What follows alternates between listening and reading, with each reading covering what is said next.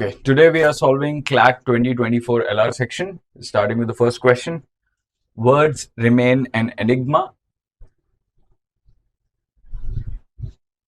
Their presence within human sphere is a unique mystery. Okay, so what this RC is filled with a lot of interesting words, so we'll just keep a note of the words as also. Enigma. An enigma is something that you don't really understand what it is, and you can't really pin down on what it is, right? The presence within human sphere is a unique mystery. So enigma is a mystery. So words are a mystery. Okay. They form the intricate tapestry that convinces us of our existence, blurring the lines between fact and fiction. Intricate, complicated tapestry. What is tapestry? Tapestry is a design or a painting. It's an interest in complicated piece of art that convinces us of our what existence. Okay. An engagement with words is the most captivating, enchanting, and sometimes daunting encounter with the world. Engaging with words is captivating, enchanting, daunting encounter with what? With the world. Captivating means interesting. Enchanting means again something which dazzles you, and daunting, which is can be very hard. Okay.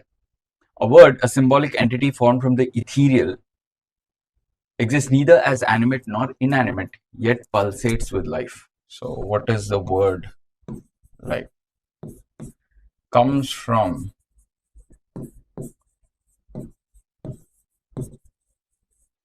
ethereal. So it's ethereal, therefore not exactly real. Okay. Exists as neither animate nor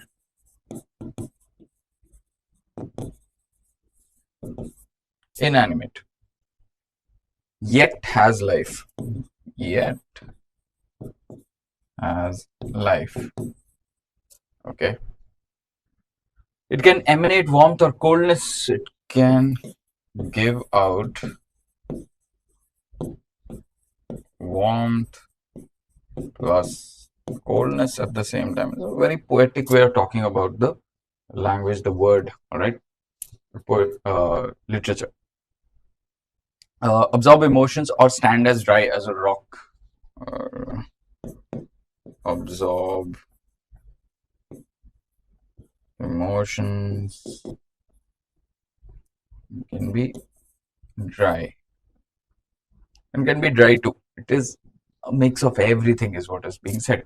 Words can provoke smiles and elicit joy along the same lines, right? They are like glowworms momentarily dispelling the surrounding darkness and act as life-saving rafts amid the tumultuous ocean waves. So they are like glowworms who dispel what? What are they removing? The darkness. And act as life-saving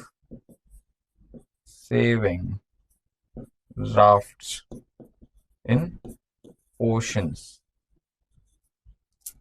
Rough oceans. Okay. Words grant us the ability to explore the universe and to see world in a grain of sand. So, using the word, you can also explore the universe.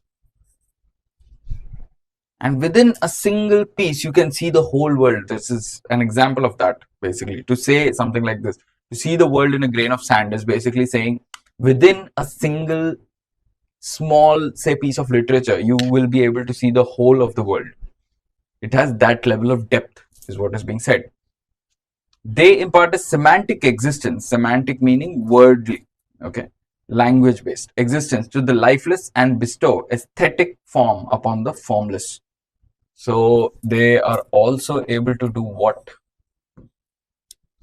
They grant a semantic existence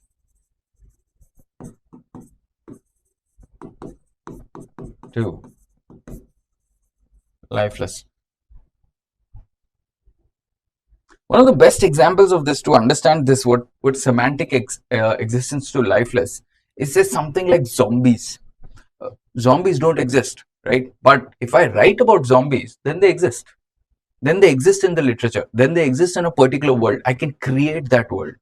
So giving something which has no life a life. It's kind of ironic that I took the example of zombies, but yeah, that's what it means. To make something that does not exist, give it life. Okay, words can do that.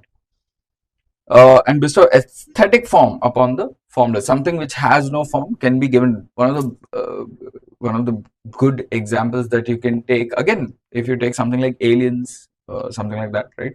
We can use that as well. Like, there is no form to them, but we always have this image in our head, right? That's part of our literature. That's part of how they've been written. Scriptures say the word is the world. Scriptures meaning holy books. So holy books say the word is the world. So the word meaning thus the books, the word of God is the whole world. I say the world within the word is the abode of faith. Say the world within the word, as in the literature, is the home of faith, is where we can find faith. Okay. That's the RC. What is the central theme of the passage? Okay. Why is the passage written? What is it talking about? The history of the human language? No. It doesn't really go into the history of the human language, right? The impact of words on human existence, yes. What kind of impact it has, what it can do, it can captivate, enchant, it comes from the ethereal, it can give out warmth, coldness. It is like a glowworm that can dispel darkness. It acts as a lifeboat when in rough seas and oceans. Looks like this. Okay. The importance of storytelling? No. Storytelling and its importance not really discussed per se. This is a part of our language and our ability to write. The mystery of human cognition. Human cognition is not really discussed at all, and it's not really a mysterious discussion in any form. So B is the answer. According to the passage, what does a word symbolize? What does it mean to say a word? We've been using that word everywhere. What does it mean? Is it an inanimate object? Let's take a look. What is it?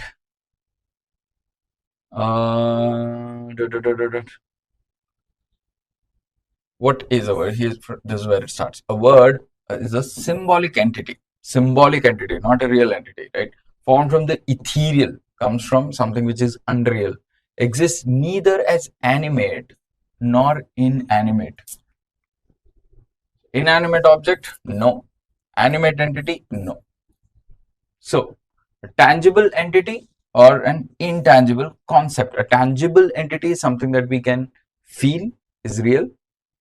Now, because this says it comes from the ethereal, therefore I can rule out tangible entity too. It is an intangible concept, that's something that we can't really grasp or hold of, right? Not real, intangible. How does the passage describe words' ability to affect emotions? We saw this here, right? They can give out warmth, coldness, absorb emotions, right?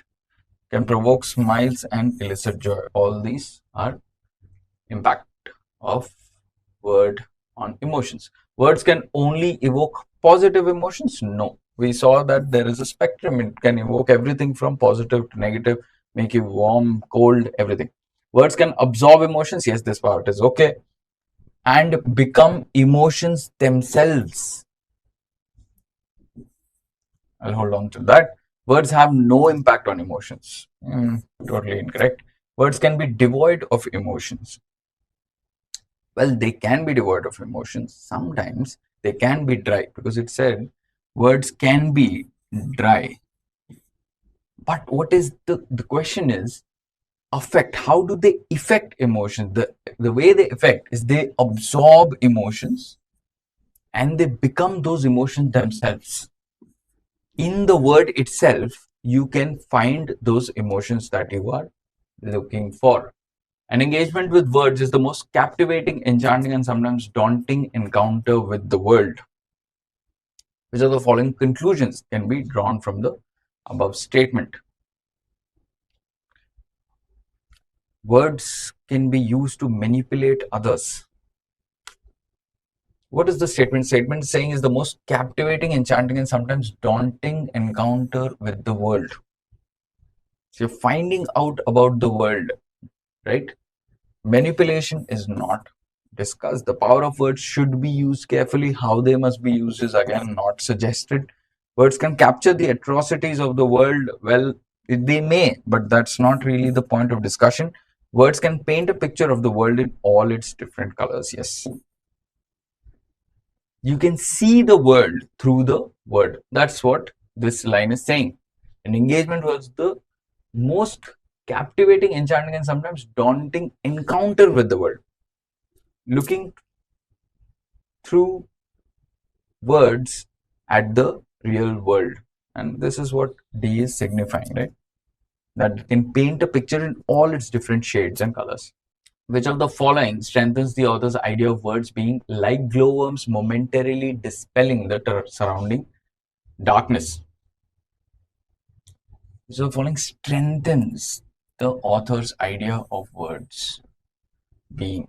So what is this line saying? This line is saying like glowworms momentarily dispelling the surrounding darkness. They can work like glowworms which remove the darkness momentarily, if momentarily remove the darkness which surrounds.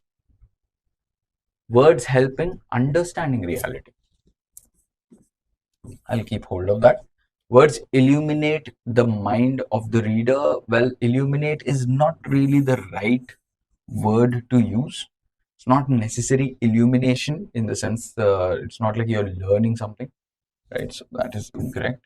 Words help in escaping reality. I'll just keep that for now as well. Words cast darkness in the mind of the reader. That's not the point. It's in fact mentioned in a very positive tone. So therefore D can be ruled out. So B and D, it's between A and C. Now C, words help in escaping reality. That's not what this is about. If I say words help in escaping reality, that doesn't really strengthen this statement, does it? Because what we need is to understand reality better. If we say understand reality better, that helps in dispelling the surrounding darkness. Therefore, A is the option that I will go with.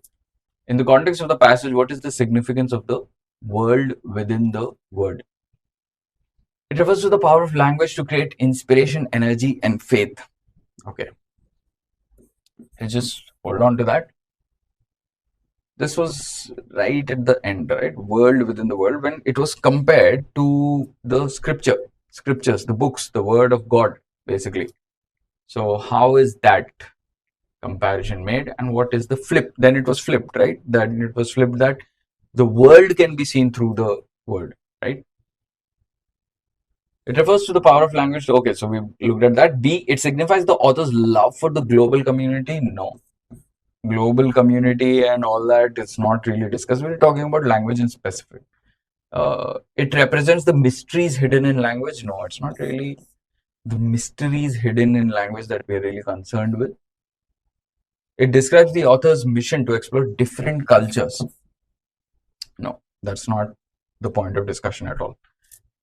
What it talks about is that the language has the power to create, in particular, faith. Because when he says that the word is the world, is what the saying goes. And he says, he flips it. I say the world within the word is the home of faith. Faith can be found in the world of the word. In literature, you can find faith. That is what it's saying. This is basically referring to that. The language has the power to instill faith. That's what it has. So A is the right option.